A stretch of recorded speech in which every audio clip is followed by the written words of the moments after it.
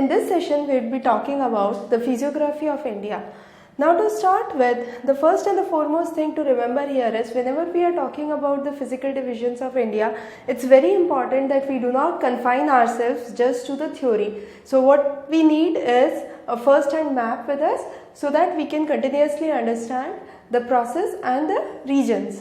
So first we need a continuous map to understand it, and most of the students feel that physiography is a topic where you have to memorize a lot or learn a lot, but it's not really the case, because if you are able to understand the elements very carefully, you will have a brief idea about the sequential process, and once you have that, this topic becomes very interesting as well as scoring. Now let's start with the dimensions of India. So if I talk about the east-west dimensions and the north-south dimensions, you have 68 degrees in 7 minutes to 87 degrees here, and then 33 degrees to 5 degrees north and south extension. Point near Mirzapur at around 82 degrees and 30 minutes, you have the Indian Standard Line, Indian Standard Meridian that passes through. And the difference between Gujarat to Arunachal Pradesh is usually 2 hours, that is reduced or that is kind of neutralized at this point at Mirzapur in Uttar Pradesh. So that's considered as the line from where the standard meridian pass. So that those are the foremost thing that we understand about the basic geography of India. In terms of area, India ranks 7th in the world. Now we'll be focusing today on the main areas, that's the physical divisions. When we say physical divisions, we broadly classify the country into 6 regions. So you have the brown belt that shows the Himalayan region. Below the Himalayan region, you have the Indo-Gangetic Plains. You have the coastal regions, the west coast and the east coast, the peninsular India, the central India. So those are the major regions along with the 2 island groups that we'll be understanding. So if I try to demarcate, you have the northern mountains that comprises of Himalayas, you have the northern plains, that's the Indo-Gangetic Plains, the peninsular India, then you have the Indian desert, which some of these consider part of or extension of the northern plains. The peninsular India is further subdivided into 2, the central highlands and the Deccan Plateau. Finally you have the coastal plains and the island region. So we'll start with the easy ones, that's the island regions first. So I have a Google imagery here. So as you can see, this is the map of India, and here you have the Lakshadweep in the Arabian Sea and Bay of Bengal in the in the Bay of Bengal you have Andaman and Nicobar Islands. So 2 major island groups. First is Lakshadweep and Andaman and Nicobar Island groups. Now we'll start with Lakshadweep. Lakshadweep is a group of islands which say usually there are 25 inhabited islands. Most of them have coral reef features. A Muslim dominated island group divided into 2, north and south. The north is known as Amandeeps and south is known as Kannur. So these are the 2 basic divisions of the Lakshadweep Island, north and south, north known as Amandeeps and south known as Kannur. And the largest island here in Lakshadweep would be Minicoy. Now we move on to the next island group, that's Andaman and Nicobar. So if I try to zoom it out here, you will see this is the Andaman group of island and this is the Nicobar group of island. So you have Nicobar and Andaman here. These are separated by 10-degree channel. Now within the Andaman you have the greater Andaman and the lesser Andaman. So if I say here, you have the greater Andaman and the little Andaman here. The greater and the little Andaman are divided by Deccan Passage. Further, the greater Andaman is subdivided into 3 regions, north, south and mid. So these are the further subdivisions of the greater Andaman. Now within the Andaman, It's a kind of volcanic origin that you can see. So there are some volcanoes, those are extinct, that means they have no more erupted over time, and an example would be Narcondam. There are some volcanic structures that are dormant, that means they had erupted at some given point of time but have not erupted in near future.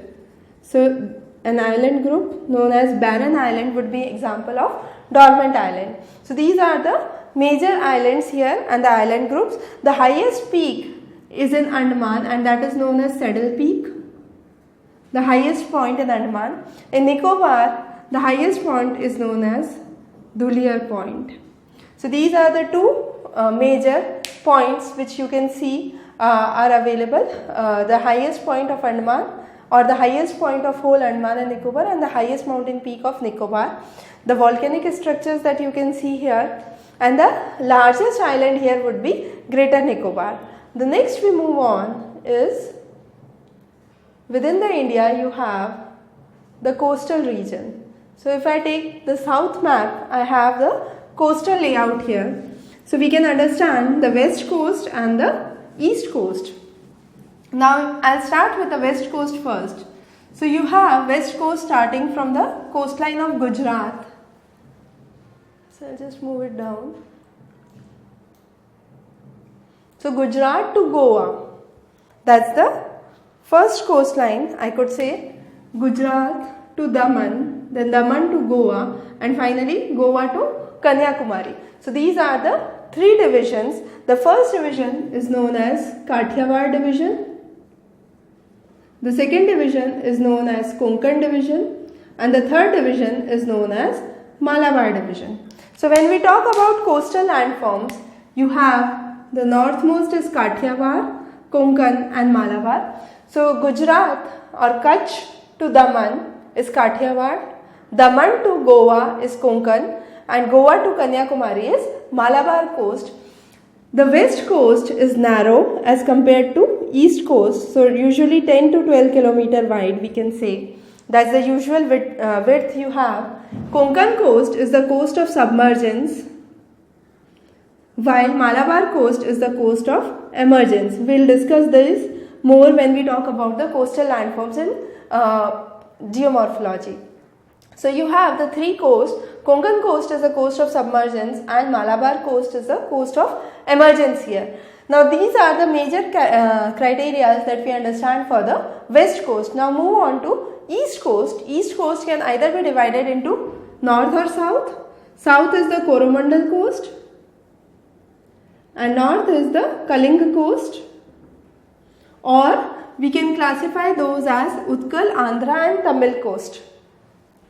So you have Andhra plains, Utkal coast and Tamil Nadu plains. Now while talking about the characteristics, if I say Utkal coast, it's from Ganga to Mahanadi. From Utkal to Pulikat would be the Andhra coast, and from Pulikat again till Kanyakumari would be the Tamil Nadu coast. Of these, Tamil Nadu coast is considered as the granary of India with maximum production in this belt. Andhra coast, on the other hand, is the region lying mainly between Krishna river and Godavari river in the south. So we will consider those when we will talk about the drainage system. And finally you have Utkal coast in the north, which is usually a region with a lot of agriculture disturbances, region of famine. So it's a kind of prone region where agriculture has been a kind of dicey issue for long. So these are the two classifications that we consider for the coastal regions. Now we'll move on to the Great Plains. So I'll move back here. So you have the Great Plains. Now the Great Plains is divided into 5 regions. So what we have done here is we have included the desert region within the region of Great Plains. So you have the western or the Rajasthan region, Punjab and the Haryana region, Ganga Plains, North Bengal Plains and Brahmaputra Plains. So North Bengal Plains is one of the largest, more than 23,000 square kilometers of area. Then you have Brahmaputra, the region between the Tista river, and this is again very fertile belt encompassing the area of India as well as parts of Bangladesh. So it's a low-lying plain, broader as compared to others. Now Ganga Plain, as you can see, is divided into 3 parts. You have west, central and east. On the west you have Rohilkhands. So that's the region towards the, in the central you have the Rohilkhands, towards the west you have the Yamuna Doab, and towards the east you have the Awadh Plateau or Awadh region. So that's the division for the Ganga Plains. The common river flowing through here is Ganga, and the tributaries of Ganga, that's Ghaggar, Kosi and Yamuna. Then you have the Punjab Haryana Plain. Punjab Haryana Plain, I can see, is the region between 3 major rivers, that is Ravi, Beas and Satluj. Now the region between Ravi and Beas is known as Bari Doab. So this region is known as Bari Doab, and this region is known as Bist Doab. Doab is a region that's formed between the 2 rivers, and as a result it is a kind of fertile area. So between Ravi and Beas you have Bari Doab. So you have B and Ri, so Bari, and then you have Beas and Satluj, so you have Bist, so B for Beas and ST for Satluj. So you can remember it this way. So you have Bari Doab and Bist Doab between the 3 rivers that are formed. Again, Punjab Haryana is known as the land of 5 rivers. So that's a kind of very fertile region. So Ganga Plains and Punjab Haryana Plains are considered as the most fertile belt of the Indo-Gangetic Plain. Now you have the western region or the desert region of Rajasthan, which actually a desert. It's made up of Marusthali or Bhangar kind of soil, which is dry soil with sandstones, you can say. Most of it is desert. So you have the region with Aravali's crossing. So towards the west of Aravali's is the complete desert, and within the Aravali's you have some passes through which sand is slowly and gradually moving out to the eastern part of the Rajasthan, and that's also under the impact of desertification. So you can understand that ways. There are numerous salt lakes that you can see here. So Luni River is one of the major river that flows here. It's a kind of very seasonal river. The major salt depositions are found in Didwana. You have Sambar Lake, and you have a lot of salt culture or salt production in this region. So that's the western region that you understand. Now we'll be moving on to one of the most important section and the most comprehensive section, I could say. That's the Himalayan region. Now Himalayan region has been broadly divided into 3 parts: the Trans-Himalayas, Himalayas and Purvanchal. Purvanchal, as the name suggests, in Hindi we call east as Purv. So the region of the east is known as Purvanchal. So the northeastern states, I could say, would be covered under Purvanchal. Then you have the major Himalaya and the Trans-Himalaya, which is beyond Himalayas. Within Trans-Himalayas, you have 2 major chains of mountain, that's the Karakoram and the Ladakh range. Trans-Himalaya are also known as Krishnagiri or Tibetan mountains or Tibetan Himalayas. Now within this you have Karakoram and Ladakh. So you have Karakoram on the top, then Ladakh and then Zaskar. So you have Karakoram, Ladakh and Zaskar ranges, as you can see. So I have a next slide that will help you remember. So you have Karakoram, Ladakh, Zaskar and Sivalik. So you can remember it by mnemonic KLZS. Between Karakoram and Ladakh you have Shyok river that flows, and between Ladakh and Zaskar you have Indus river that flows. Now as we discussed previously, so Karakoram range and Ladakh range are the 2 major ranges of Trans-Himalayan mountains. Trans-Himalayan mountains, you have extension from Gilgit in Pakistan. Then you have the Ladakh region in Jammu and Kashmir. And finally Xinjiang province in China. So this is the extension, I could say, for the Trans-Himalayas from Pakistan to China. Gilgit, Ladakh and Xinjiang province would be the main areas where you have the Trans-Himalayan coverage. It's a region of lot of glaciers. So Siachen, Balotra, Biafo are some of the major glaciers that you can see here. Karakoram range is the northmost range. The north of the Karakoram, you have Pamir River, you have Shyok River as we discussed towards the south.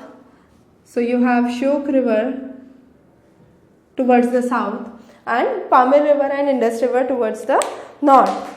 Now you have the next, that is the Ladakh range. It lies to the north of the Indus Sangpo, Indus Satluj Searcher region. So it's to the north of the Searcher zone and to the south of the Karakoram. The highest peak that you can find here is Rakaposhi. The next is Himalayas. Himalayas, we can divide it into three parts. You have Greater Himalayas, Lesser Himalayas. So you have Greater Himalayas, Lesser Himalayas and Outer Himalayas. If I move on to the next slide here, you can see you have the Karakoram range, Ladakh range, Zaskar range, and then within the lower Himalayas you have Pir Panjal and Dhauladhar. Below that you have the Shivalik ranges. So if I move back, you have the Greater Himalayas, that's the Himadri, Lesser Himalayas and Outer Himalayas. Greater Himalayas you have Zaskar range. Now Zaskar range is further divided into two. You have the north with Nanga Parbat and the south as Dhaulagiri. I shouldn't say south, it's the eastern continuation of Nanga Parbat, so it's towards the east, not the south. So Zaskar is divided into two.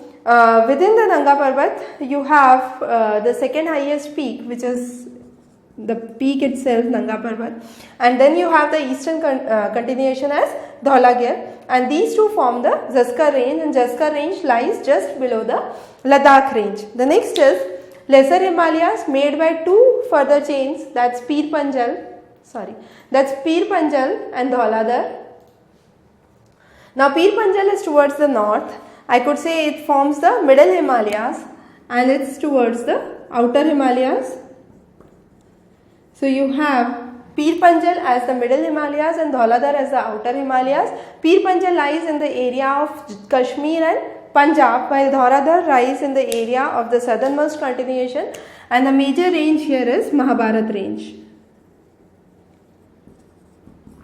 The next is the outer Himalaya or the Shivaliks. These are the lowest region below which you start with the Indo-Gangetic plains, the plains that we have already covered. So you have the next as Indo-Gangetic plains here.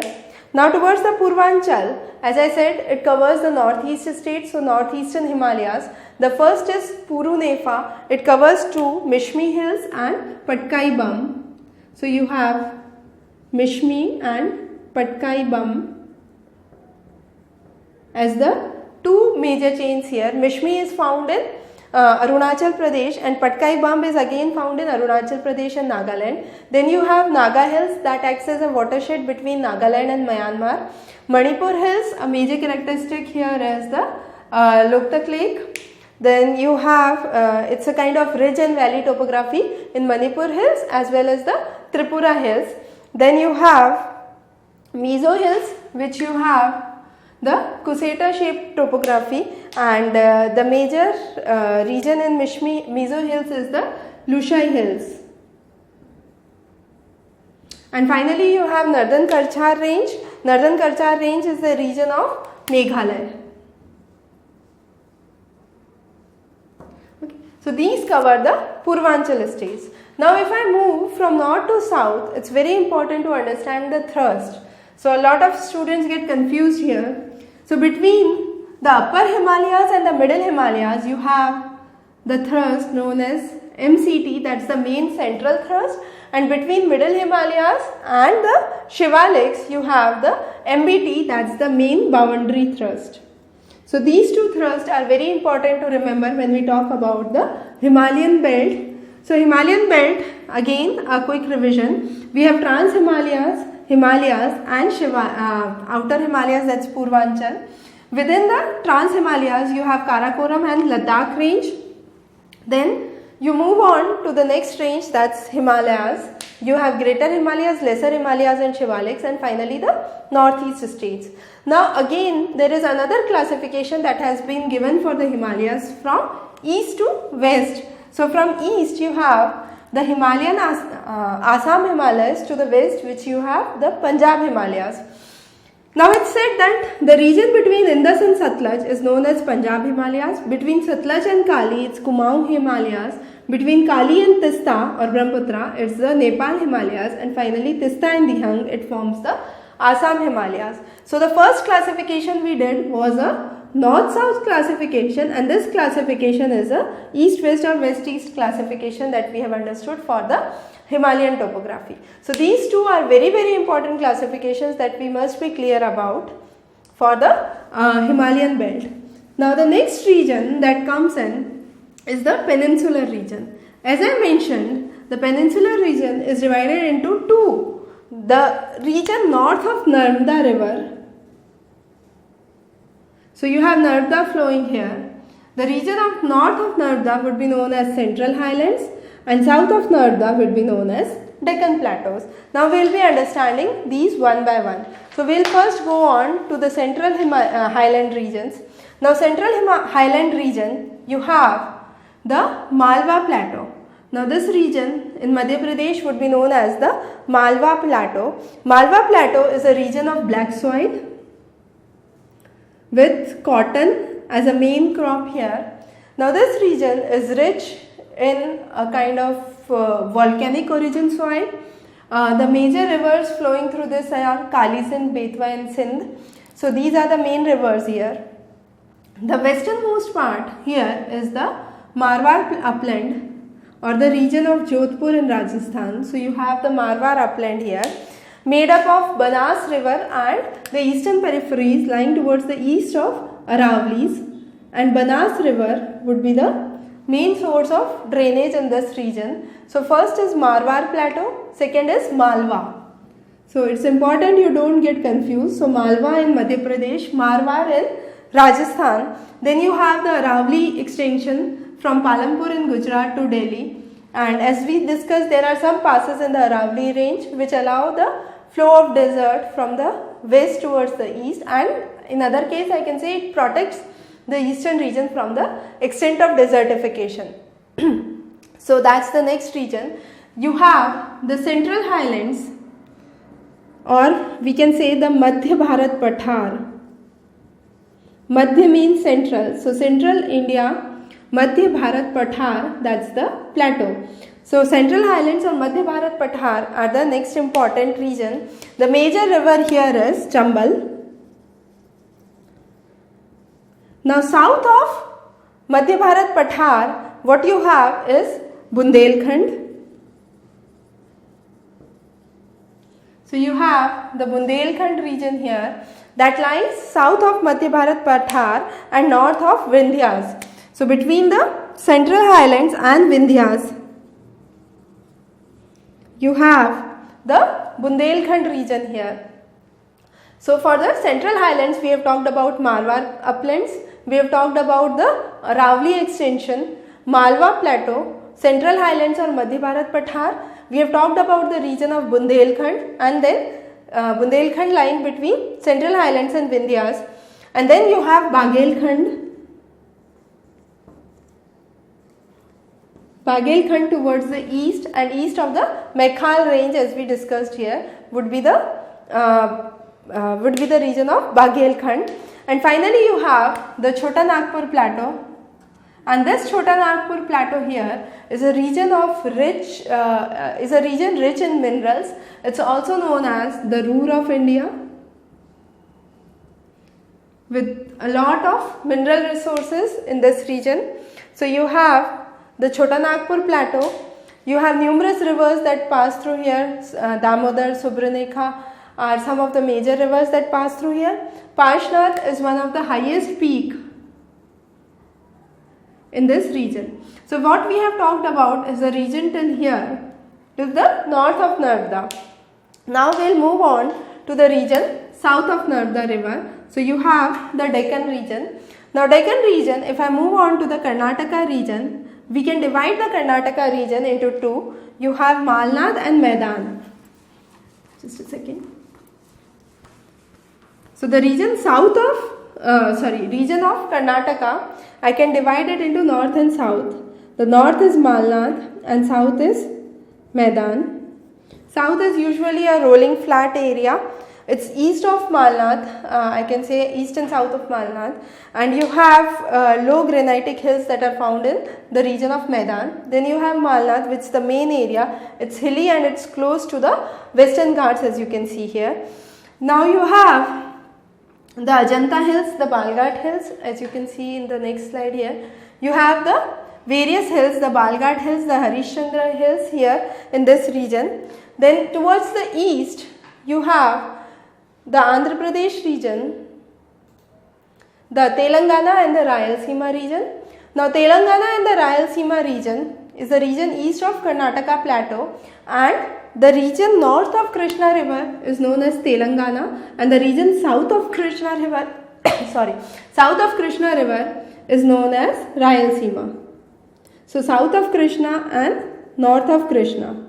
So you have Krishna river flowing. The north region is the Telangana region, the southern region is the Rayalaseema region. Now the state itself, the Andhra Pradesh state itself has been divided into Andhra Pradesh and Telangana. So you can very well demarcate it. So the northern region is the Telangana and the southern region is the Rayalaseema. Then you have the Vindhyan belt here. Now Vindhyan belt, as I said, north of Vindhya you had Bundelkhand. Vindhya is a dense forest region. It's a kind of block mountain formed mainly of sandstones. It's lying towards the west of the Meghal range, and towards the east of the Meghal you have the Bagelkhand region. So this is the Vindhyas. Then the next is Satpura. Satpura, Sat means 7, Pura means hills. So it's a region made out of 7 hills, as the name suggests, and it lies south of Vindhyas, and it's a region between the two rivers, Narda in the north and Tapti in the south. So you have the Satpura region between Narda and Tapti. Now the Satpura, you have extension from west to east. The westernmost region of the Satpura would be Rajpipala hills. So you have Rajpipla hills towards the westernmost side, and towards the easternmost side you have the Meghal range, as we discussed previously. So you have Satpura extending from westernmost area to the easternmost area, that is Rajpipala to Meghal range. That's the next important thing. Then you have the Chhattisgarh plain area here, which is a kind of fertile soil with agricultural activities, and it's a kind of depression that lies between Meghal range and the Orissa hills. So between the Meghal range here and the Orissa hilly area here, you have the Chhattisgarh plains. The next is the Meghalaya plateau. That's a kind of discontinuation of the original Deccan plateau here. It comprises of Garo, Khasi and Jayanta hills. So it forms the boundary by the 3 mountain ranges. And finally you have the western coast and the eastern coast. So if I move on to the map here, you have the western coast and the eastern coast, or I could say the western Ghats and the eastern Ghats here. Now western Ghats, if I talk about what we talked about previously was the coastal region. If I move on to the Ghat section, the northern part of the western Ghat is known as Sahyadris. So you have the northern part that is known as Sahyadris. Then you have Nilgiris. And finally you have the Annamalai and the Coromandel coast. And the Cardamom hills. So if I have the north here, towards the north you have Annamalai, towards the south you have Cardamom hills, and towards the northeast you would be having the Patni hills. So these are the 3 major hills that you would find in the north here. Then you have the Nilgiri region, and the topmost region is the Sahyadri region. Now Annamalai region is the region of Kerala and Tamil Nadu. So the ghat between Kerala and Tamil Nadu are known as Palghat. There are 2 other ghats that are famous, that is Borghat and Thalghat in this region. And now we talk on to the eastern continuation or the eastern ghats. They are detached regions mainly formed of Mahanadi. They are much broader as compared to the Western Ghats, Eastern Ghats are much broader. The highest peak of the Eastern Ghat is Mahendragiri, and to the south of the Godavari you have Nallamalai. So that is to the south of the Godavari river. You have Nallamalai, then you have the Sharvai and the Javadi Palkond hills in this region. So as you can see here, you have the Nallamalai, then Palkond, Javadi and Sharvai hills, and Nilgiri, Andamalai and Cardamom hills as we discussed in the Western Ghats. So these are the major hills, and sometimes the order of these hills are very important, especially for map questions. So you can remember these as NPJS, and here you can remember as NAC. So NAC committee, you have Nilgiri, Andamalai and Cardamom, and here you have Nallamalai, Palkonda, Javadi and Sharvai hills. So these 4 hills towards in the Eastern Ghats and these 3 hills in the Western Ghats are really very important. So this was the major physiographic regions of India. In the next session we will be talking about the basic rivers and the drainage in India. So we will be seeing which rivers drain towards the west and east, the characteristics of each river, the origin and the destination for each of the rivers, and final formations that are done by each of the river. If you have any doubts or comments, you can leave those as comments, and have a good day ahead.